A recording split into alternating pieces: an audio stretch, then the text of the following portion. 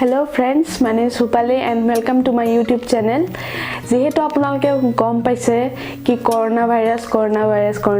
সব জায়গাতে করোনা ভাইরাসের নিউজ সোশ্যাল মিডিয়াৰ পৰা নিউজৰ পৰা সবতে কৰোনা ভাইৰাসৰ নিউজ যেহেতু আমি চাই আছো ভিডিও নিউজবোৰ যেহেতু কৰোনা ভাইৰাসটো ফাৰ্স্ট অৰিজিনেট হৈছিল চাইনাৰ পৰা এনেকা কোৱা হৈছে কি এটো এনিমেলছৰ পৰা আহা হৈছে কিন্তু আমি এটা বিশেষকৈ গম পোৱা নাই কোৰ প্ৰায় ভাইৰাসটো অৰিজিনেট হৈছে লাগে আৰু চাইনাত ফাৰ্স্ট হৈছে যেহেতু বহুত পজিটিভ কেसेस পোৱা হৈছে তাৰ পিছত ইটালী USA জাৰ্মানী সব জায়গাতে স্প্ৰেড হৈছে ইভেন ইন্ডিয়াতো হৈছে near about 200 cases পোৱা হৈছে ইন্ডিয়াত আৰু বিশেষকৈ মহাৰাষ্ট্ৰত বেছিকৈ স্প্ৰেড হৈ আছে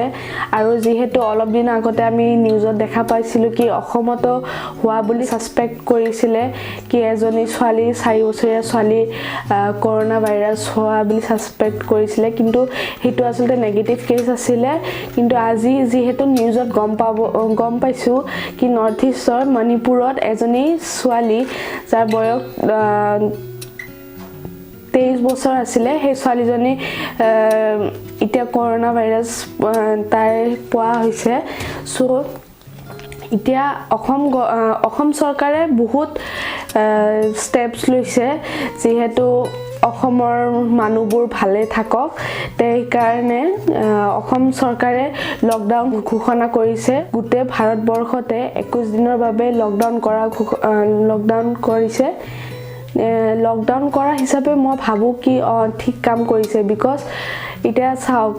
যিমান আমি সোশ্যাল হম হিমান বস্তুটো স্প্ৰেড হ'ব সো এটা গভৰ্নমেন্টে কাৰেক্ট ষ্টেপ লৈছে যেহেতু ভাইৰাসটো বেছিকৈ স্প্ৰেড নহয় সো লকডাউন কৰা হৈছে schools colleges offices on and all সব বন্ধ কৰা হৈছে আৰু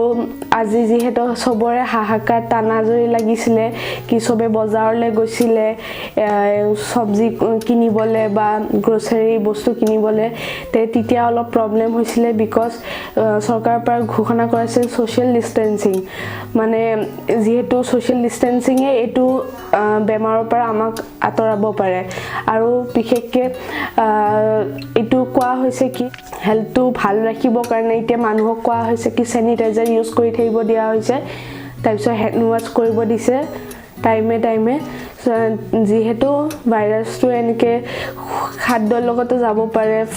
আৰু মানুহৰ লগত কথা পাতিলেও বহুতকে স্প্ৰেড হ'ব পাৰে অল ওভাৰ ইণ্ডিয়াত আৰু অল ওভাৰ দ্য ৱৰ্ল্ডত এটো প্ৰবলেম হৈছে ট্ৰান্সপৰ্টেশন প্ৰবলেমো হৈ গৈছে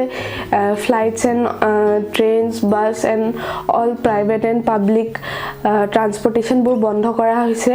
যেহেতু মানুহবোৰ আহা যোৱা কৰি আছে সেইকাৰণে বস্তুবোৰ বেছিকৈ বাঢ়ি আছে সো ইতিয়া যোনবোৰ মানুহে স্যালাৰি পায় হেবোৰৰ কাৰণে ভালে আছে কিন্তু যোনবোৰ মানুহে সদায়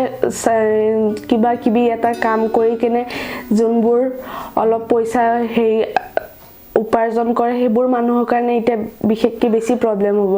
সো মই অসম চৰকাৰক এই অনুৰোধ কৰো কি সব মানুহক কিবা এটা ব্যৱস্থা কৰি দিয়াৰ বাবে গাঁৱলীয়া অঞ্চলত কিবা এটা ব্যৱস্থা কৰি দিয়াৰ বাবে যেহেতু হিহঁতৰ আৰ্থিক অৱস্থা ইমান ভালে নাথাকে যেহেতু হিহঁতে কেনেকৈ থাকিব ইমান দিনেৰে 21 দিনৰ কাৰণে যেহেতু বন্ধ দিয়া হৈছে সো সেইকাৰণে হিহঁতৰ কাৰণে কিবা এটা ব্যৱস্থা কৰি দিব লগা আৰু বজাৰত বস্তুবোৰৰ দাম বহুত বঢ়াই দিছিলে 30 টকাত বস্তু পাবিলাক 60-70 কৰি দিয়া হৈছিল তে দামবোৰো বাঢ়ি গৈছে আৰু যেহেতু দেখা পাইছে গুৱাহাটী জালুকবাৰী ISBT সববোৰ যোনবোৰ জায়গাৰ পৰা বাস এবোৰ ট্ৰান্সপৰ্টেশন ফেসিলিটি আছে তাতে বহুত ভিৰ লাগি আছে লাখ মানুহ ৰৈ আছে ঘৰলৈ যাবলৈ ইমান দিন বন্ধ পাইছে কি কৰিব সো মানুহবোৰে ভাবি আছে ঘৰ যাও কিন্তু এনেকুৱা হৈছে মানুহে ট্ৰাকত ঘৰত যাব লগা হৈছে হাবা ধৰি খাই গৈছে কেনেকৈ যাও তে হিটু কাৰণে কিবা এটা ব্যৱস্থা কৰি দিব লাগে চৰকাৰে তাইছো হেয়া আৰু অলপ ভালকে ঘৰত থাকক stay safe and stop spreading the virus thank you